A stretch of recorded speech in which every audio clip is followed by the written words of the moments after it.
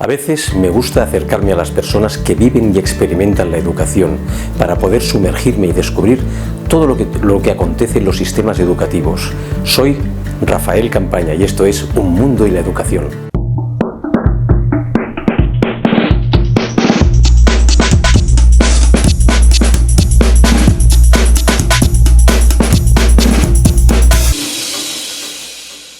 Y bienvenidos nuevamente a El Mundo y la Educación. Ya sabéis que este programa aborda todos los temas relacionados con la educación y hoy vamos a hablar de un tema que realmente está preocupando no solamente a docentes, sino también a las familias y a la sociedad en general, que es el tema del acoso escolar.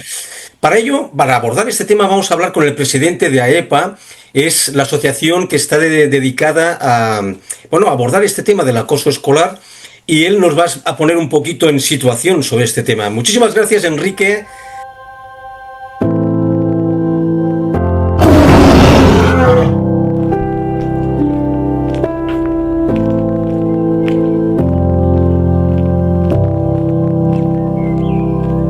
You split the signs with the word.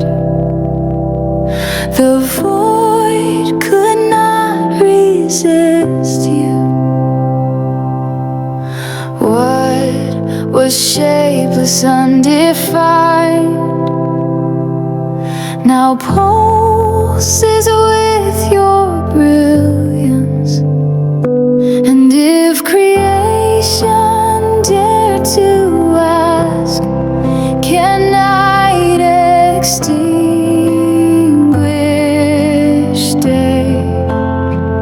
The answer burns in every atom. I am the only way. Light invades the blackest dark. No shadow can contain you. Death itself may. Por estar hoy presente en este programa. Un placer, Rafael. Mira, quería abordar con esta primera pregunta. No sé si podrías presentar y explicar brevemente qué motivo, qué te motivó o qué motivó a la creación de esta asociación en concreto. Bueno, pues AEPAE surge ya hace 20 años, cuando pasó el primer caso mediático de acoso, el caso Joaquín, que es un chico adolescente que se suicidó en el pueblo de Hondarrubia y se tiró con su bicicleta por un precipicio porque sufría acoso escolar. Fue el punto de inflexión, el que puso en el foco mediático un problema que existía desde siempre, pero ahora hay ciertos pues, como condicionantes que agravan este problema, como puede ser la pérdida en la autoridad del profesor, de los padres, la banalización de la violencia, el acceso a hacer contenidos violentos por los menores, etcétera, y es un caldo de cultivo para que, para que ese acoso que siempre ha existido ahora sea mucho más profundo, mucho más severo y que se haga a edades más tempranas. Entonces, desde ese punto, como profesor que soy de artes marciales, aparte de poder ser periodista, escritor, y presidir también AEPAE, pues vi que que las artes marciales son una buena herramienta de coaching, pero no es suficiente, sino que había una necesidad de aportar una serie de herramientas de asertividad a los menores, más allá de lo puramente físico. Entonces empecé por mi faceta de periodista a investigar sobre el concepto de asertividad, que es cierto que es un concepto que siempre se asocia a una comunicación eficiente, incluso a lo empresarial, ¿no? Ser asertivo, ¿no? Parece tal. Pero es un concepto mucho más amplio. Desde ahí empecé a trabajar pues investigando en el concepto y desde ese punto de inicio contacté con un experto en teatro corporal, que es un íntimo amigo mío, que es profesor de la RESAD, de la Real Escuela Superior Dramática de Madrid, y le comenté un poco esa intención, ¿no?, de poder generar un programa formativo, llamándolo así y tal, en el que a un niño o niña, cuando está en situación de indefensión aprendida, que es una situación en la que el menor va a entrar sí o sí a sufrir ese maltrato reiterado, el menor se vuelve inhibido, pasivo, continuo estado de alerta, ansiedad, etcétera. Y desde ahí empezamos a trabajar en conformar esa actitud asertiva global. O sea, no solamente verbal, sino también corporal y también la que es más física, que sería la protección del espacio personal, que es también una manera de ser asertivo. Mi espacio es mío, no entras en mi espacio, y si entras, si yo te lo permito. Y desde ahí nos faltaba como la tercera pata, o sea, la del psicólogo clínico, alguien que con su conocimiento psicológico académico pueda darle sostén académico, científico a eso que hacíamos. Entonces, ese fue el germen de AEPAE, de la asociación, ya hace 20 años, y desde ahí empezamos a impartir cursos hacia las víctimas. Y desde ahí empezaron a surgirnos demandas diversas, familias que querían una formación preventiva, profesores también, colegios, el cómo medir la incidencia del acoso, el cómo atender de forma terapéutica a las víctimas, el cómo hacer una buena sensibilización. Y desde ese punto se conformó lo que hoy día es el Plan Nacional para la Prevención del Acoso Escolar, que es un plan integral que hace todas esas cosas.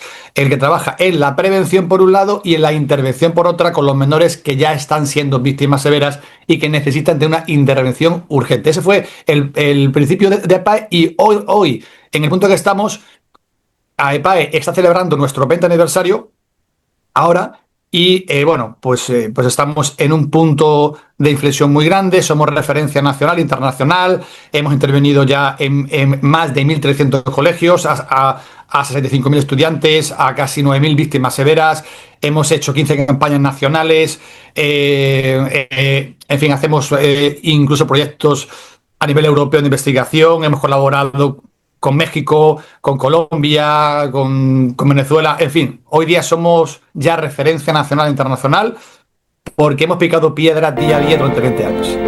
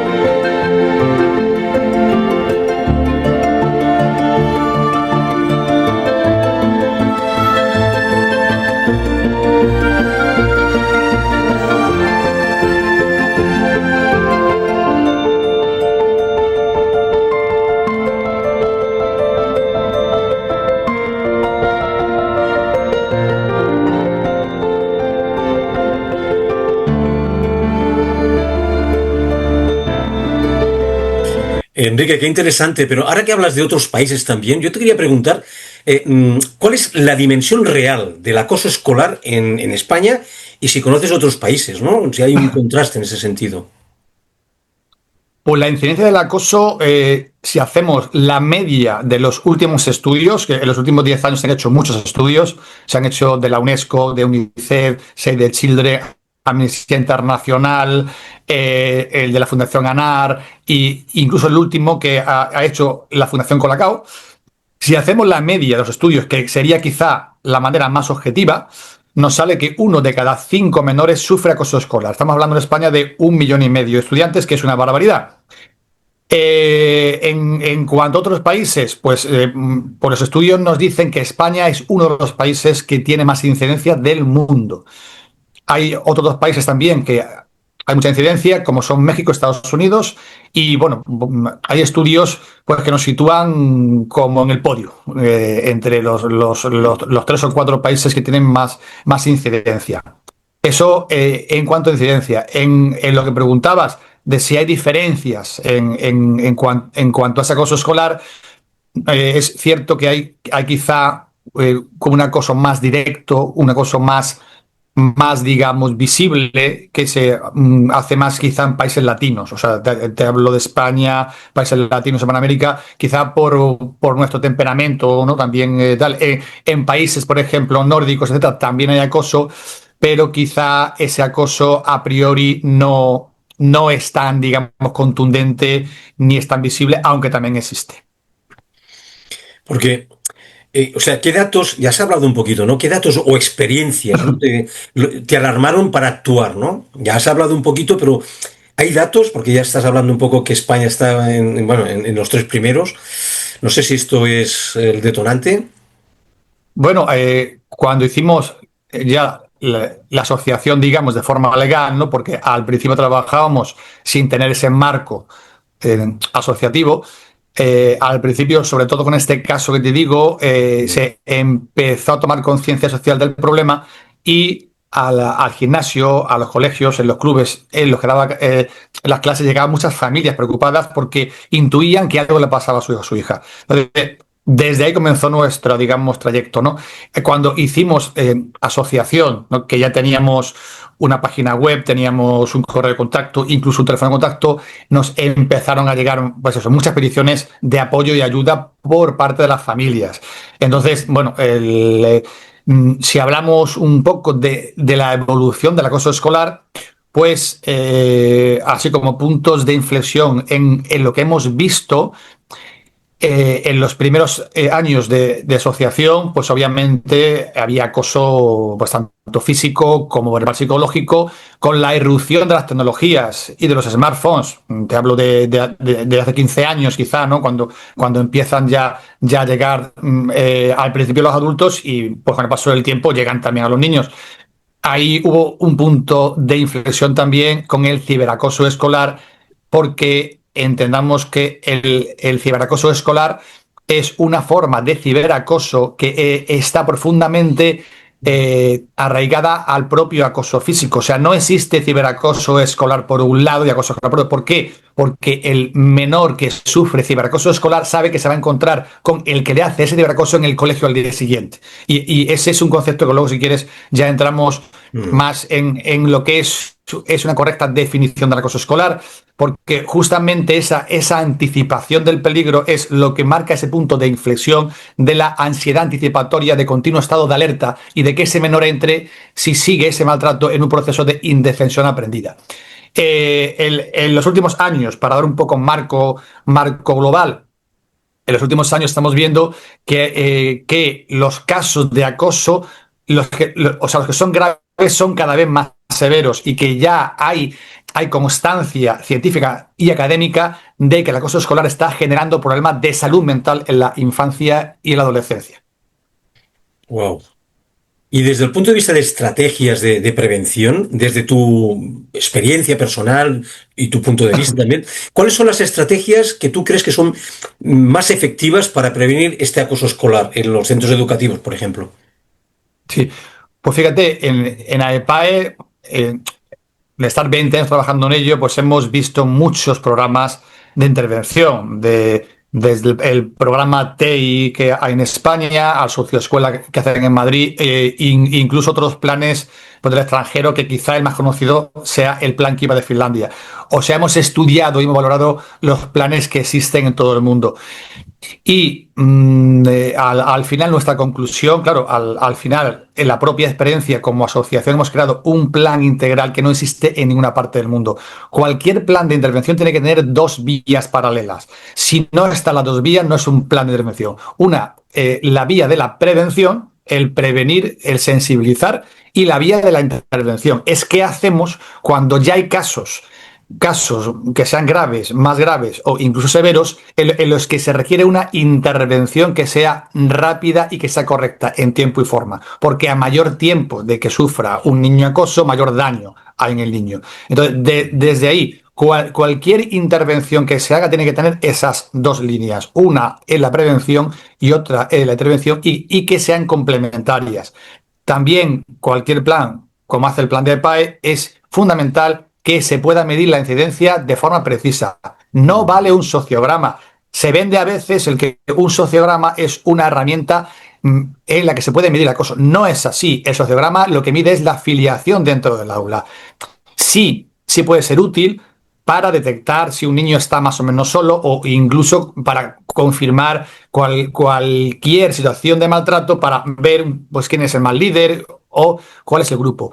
Es una herramienta que puede ayudar en la prevención y que puede ayudar en la confirmación, pero en ningún caso es una herramienta de medición. Entonces, es fundamental que en cualquier intervención se haga una medición de la incidencia con una herramienta precisa, como la que tiene, por ejemplo, que usa, y que se pueda pasar la herramienta en la preintervención y en la postintervención, porque eso nos da la posibilidad de medir el impacto de forma objetiva. Eso es como un punto en cualquier proceso que es necesario. Desde ahí, por supuesto, hacer una formación preventiva a las tres patas, a las tres líneas del triángulo, al profesorado, hacia las familias y hacia los propios estudiantes. Como cuando trabajamos con el profesorado, darles una formación específica en prevención, en detección temprana y en intervención. A la familia lo mismo, que obviamente el proceso, digamos, de articulación no es el mismo, porque normalmente es la familia la que da la voz de alarma de que su hijo lo sufre, y hay un proceso también que debe hacer, que no es el mismo que el que debe haber un profesor, más allá pues, de que haya un protocolo oficial, que haya código, etcétera, y a los estudiantes darles una formación en sensibilización y en prevención entre iguales con la figura del observador ayudante del aula. Eso en cuanto a lo preventivo. Y también dar una formación al personal, al que no sea docente del colegio. ¿Por qué te digo esto? Porque muchas veces el acoso ocurre en un lugar en el que no está el profesor, bien sea el comedor, bien sea dentro en cualquier instalación, de manera que esa formación hacia adultos es por un lado hacia el profesorado, y otra formación hacia el personal no docente. Y luego en la intervención un taller específico de habilidades asertivas hacia los menores que ya sufren acoso escolar, y un taller específico para los victimarios, una reeducación en positivo, un taller sobre resolución pacífica de conflictos. Eso es el plan que tiene AEPAE. Es un plan que no deja ningún resquicio, porque entendamos, en todos los colegios del mundo sucede acoso escolar, porque hay conflictos, porque los niños están aprendiendo, porque están buscando sus límites, etcétera. Lo que marca la diferencia es el cómo se aborda en tiempo y forma. Porque, Enrique, perdona, a todo este comentario que estás... todo lo que sucede extra centro físico, como es el tema de ciberacoso, que se está dando mucho en los centros educativos, desgraciadamente, e incluso acosos físicos, pero fuera del centro, esto tiene que ver también con estas estrategias y tal. Lo digo porque no sé si vosotros habláis, o podéis hablar, o podéis abordar el tema con las familias acosadoras, de los niños acosadores, perdón. Sí, mira, sobre este punto, Rafael, es cierto que hay cierto desconocimiento, ¿no? Sobre qué pasa si ese maltrato lo hacen los alumnos del colegio un sábado por la tarde en la plaza del pueblo.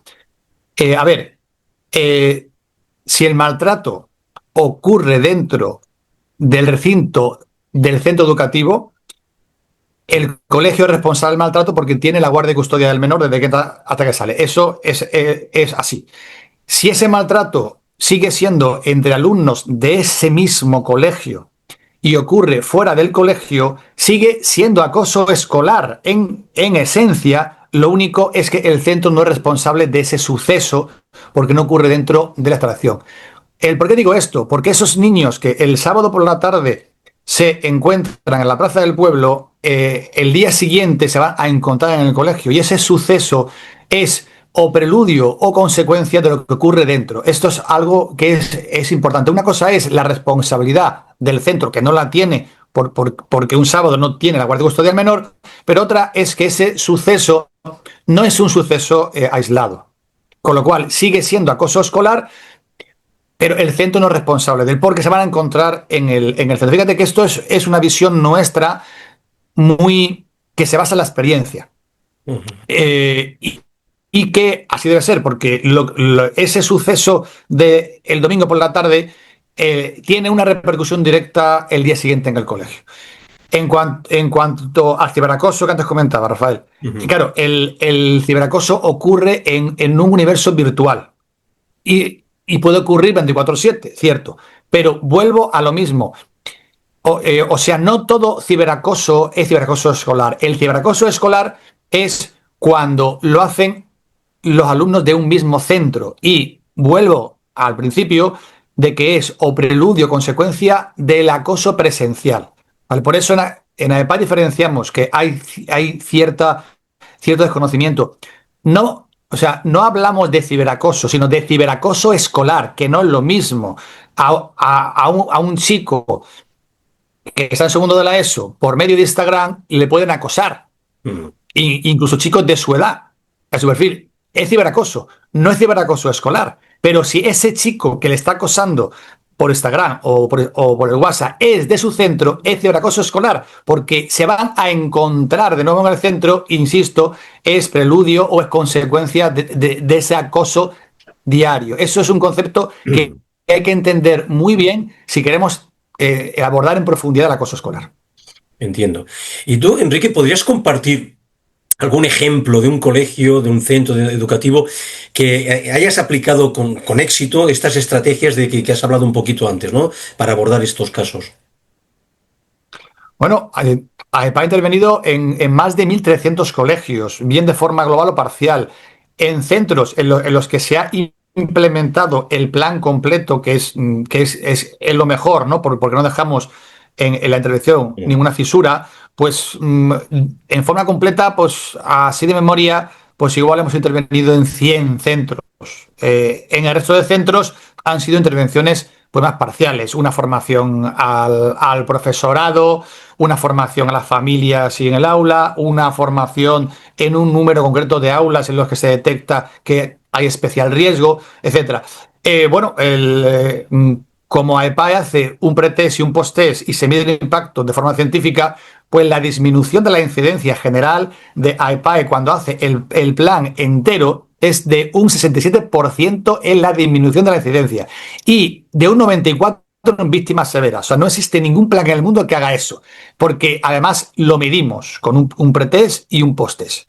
Entonces, el impacto de un programa es muy profundo cuando es una intervención global, cuando es una intervención medible y cuando es una intervención que llega a la esencia del acoso escolar. Y obviamente, pues después de 20 años, por necesidad, nos hemos visto en el paso del tiempo a ajustar todas las herramientas, a afinarlas hasta lo que tenemos, que es un plan nacional que ya es referencia incluso en Hispanoamérica. En México ya están implementando en varios colegios nuestro plan.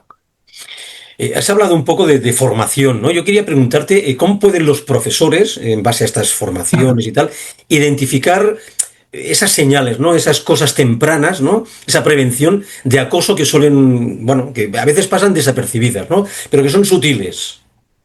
Ujú. Pues obviamente es imprescindible el que tengan una buena formación. O sea, digo una buena formación más que en cantidad, en calidad, porque a veces hay múltiples formaciones que incluso se obliga al profesorado a hacerlas y algunas son buenas, pero otras, desde nuestro punto de vista, en materia de acoso escolar, son bastante deficientes. La formación que hacemos hacia el profesorado es una formación encaminada a la prevención, a la detección temprana, que sería lo que tú antes dices sobre qué señales de alerta hay, y a la intervención. En cuanto a prevención, pues obviamente entender qué es el acoso escolar bien entendido, cuáles son los peligros, cuáles son los puntos de inflexión, etcétera. En la detección, el que sean conscientes de esas señales de alerta para que puedan intervenir con rapidez, y en la intervención darle unas pautas de intervención que sean rápidas, que sean operativas, porque hoy día el protocolo de actuación, y en AEPAE nos gusta hablar muy claro, hoy día se ha convertido en herramienta de protección al colegio, pero no de la víctima. Esto no es un ataque a todos los colegios. Nos consta, porque lo hemos visto, que hay colegios que lo hacen muy bien, pero por desgracia es la excepción que confirma la regla. Es así. Pues desde ese punto, de estos 3 parámetros, prevención, detección temprana e intervención, damos una formación muy práctica, muy operativa, muy realista, para que tenga herramientas. Antes me has preguntado sobre las señales de alerta, ¿verdad? Sí, sobre todo las sutiles. Estas que a veces pasan Las sutiles. Bueno, desapercibidas. las señales de alerta suelen ser sutiles, sobre todo más cuando el acoso es más psicológico, o sea, no es tan visible como el verbal o el físico, el ciberacoso, que puede haber pruebas pues, de mensaje de WhatsApp, etcétera. Pero nuestra experiencia nos dice que las señales de alerta se dan en mayor o menor medida en cualquier caso de acoso. Hay 2 puntos de inflexión en cualquier proceso de acoso, que eso es algo que lo estudia EPAE. Hay 2 puntos de inflexión en todos los procesos de acoso escolar. Uno es la somatización. Cuando un niño o niña, después de sufrir maltrato varias veces, lo anticipa. Y ya como lo anticipa, entra en ese estado de ansiedad anticipatoria, continuo estado de alerta, etc. Ya cuando un niño está en ese punto, el cuerpo lo muestra, el cuerpo lo somatiza, con dolores de tripa, dolores de cabeza, con náuseas, con mareos. Incluso tenemos documentados casos de niños en primaria con fuertes migrañas por sufrir acoso escolar. Y hay un segundo punto de inflexión, que es la rendición. Cuando ese niño o niña ya normaliza ese maltrato, asume su rol de víctima, se rinde y ya entra en procesos o en señales mucho más severas, como pueden ser las autolesiones, el estrés postraumático o la ideación suicida. AEPAE tiene como una batería de 10 puntos que van quizá de lo más leve hacia lo más grave. Si quieres te los comento o si no lo dejamos para... Sí, no, estaría muy bien. Sí, por favor. Sí.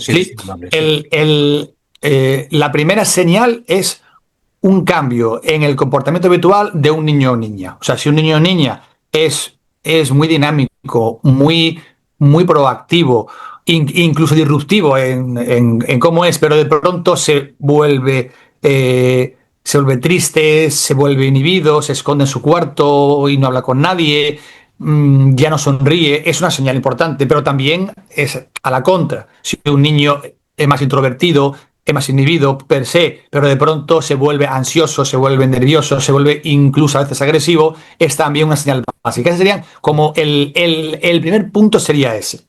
Desde ahí, como te dije, en ese proceso sumatorio que llega a la somatización, hay una serie de señales. Pues el niño o niña ya no quiere ir al colegio, busca excusas, le duele la tripa, le duele la cabeza, puede tener pesadillas, puede tener insomnio, puede tener algún episodio de impulsividad agresiva porque está soportando una situación en el entorno escolar y a veces pues esa frustración le hace explotar, bien sea en el colegio, bien sea en casa, contra padre, madre, hermano. Por supuesto, una disminución en su rendimiento académico, por supuesto, porque su pensamiento está en protegerse del maltrato, no en estudiar, obviamente. De hecho, hay casos que son muy súbitos, de un niño modelo en cuanto a notas, pues que saca sobresalientes y de pronto suspende todas, porque su ansiedad le impide concentrarse en cualquier cosa que no sea esa. Y ya si entramos, como te decía, en esa fase de la rendición, pues que un niño se autolesione, que el que tenga algún intento de suicidio, o que ya esté con estrés postraumático todo el día, porque ya digamos que se integra ese proceso de ansiedad continua, estado de alerta, se integra y el niño pues está pues como un zombie, por decirlo de una forma, ¿no?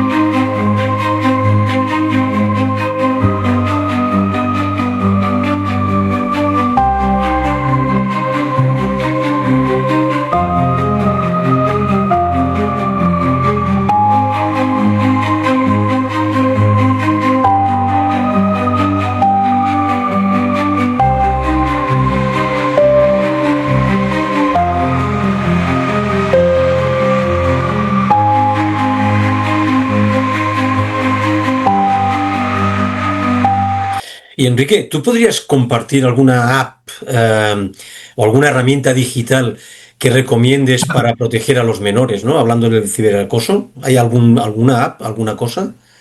Hay varias herramientas, pero fíjate, AEPAE incluso estuvo trabajando en dos herramientas con dos empresas y también, pero nos dimos cuenta de lo siguiente.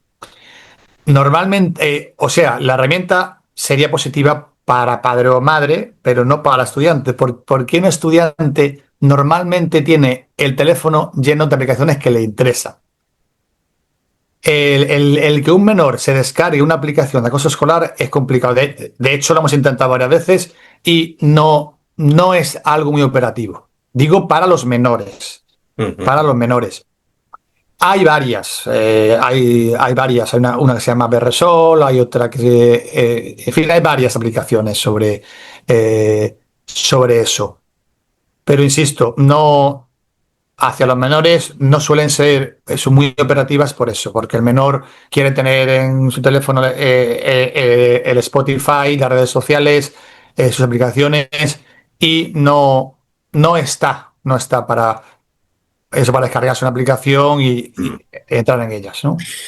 Enrique Pérez, estamos llegando al final de esta primera parte apasionante.